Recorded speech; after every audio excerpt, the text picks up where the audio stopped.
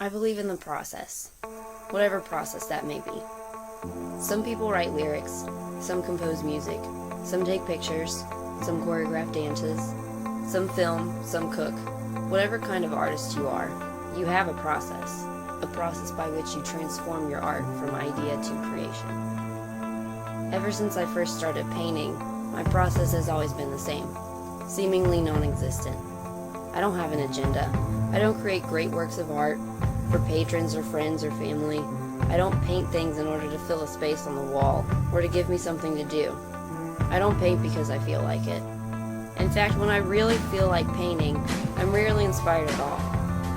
It's when I'm least expecting it, when I don't have time nor the materials to do what I want. That's usually when inspiration hits.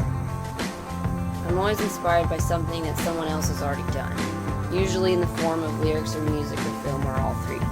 I've never had a sentimental thought or seen a beautiful sunset and been so overwhelmed by my own artistic nature that I just had to paint. Usually I'm in my car, listening to some top 40 radio, driving home from work or school or the grocery store, and then I hear it, the song, that lyric, accompanied by that tune. Some lyric that some terrible popular artist had someone else write for them to be sung along with some assortment of synthetic sounds in order to make tons of money off the juvenile teenage population that eats that kind of stuff up. And that's the very lyric that inspired me. And then as soon as I get home, I go straight to my chest. I pull out whatever I have at the time, sometimes a collection of acrylics, sometimes a few leftover cans of spray paint, sometimes a canvas, sometimes the back of a pizza box. Sometimes I'm prepared, sometimes I'm not.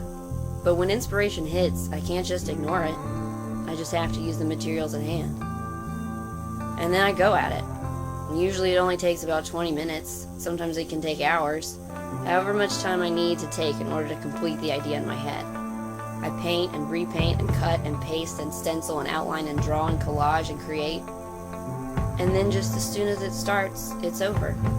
Inspiration has been satisfied, and my little masterpiece has been created. Most of the time my stuff isn't good, but sometimes I surprise myself. However, it's not really the product that matters to me, it's the process. It's great when I make something that actually turns out pretty cool, and I can be proud of myself and go show my mom and hang it up on my wall somewhere.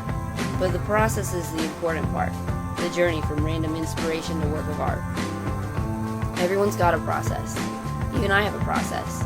It's not as creative or romantic as most artists' processes, but it still counts, and I still believe in it. Everyone believes in their own process. Otherwise we wouldn't do things the way we do them.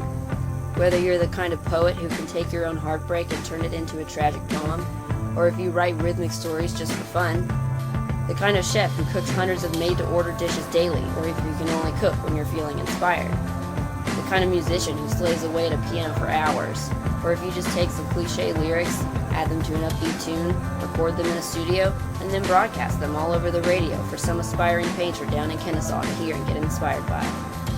We're all artists, and we all have our processes. And all of our processes are important, no matter how simple. Without the process, we wouldn't have art. This I most definitely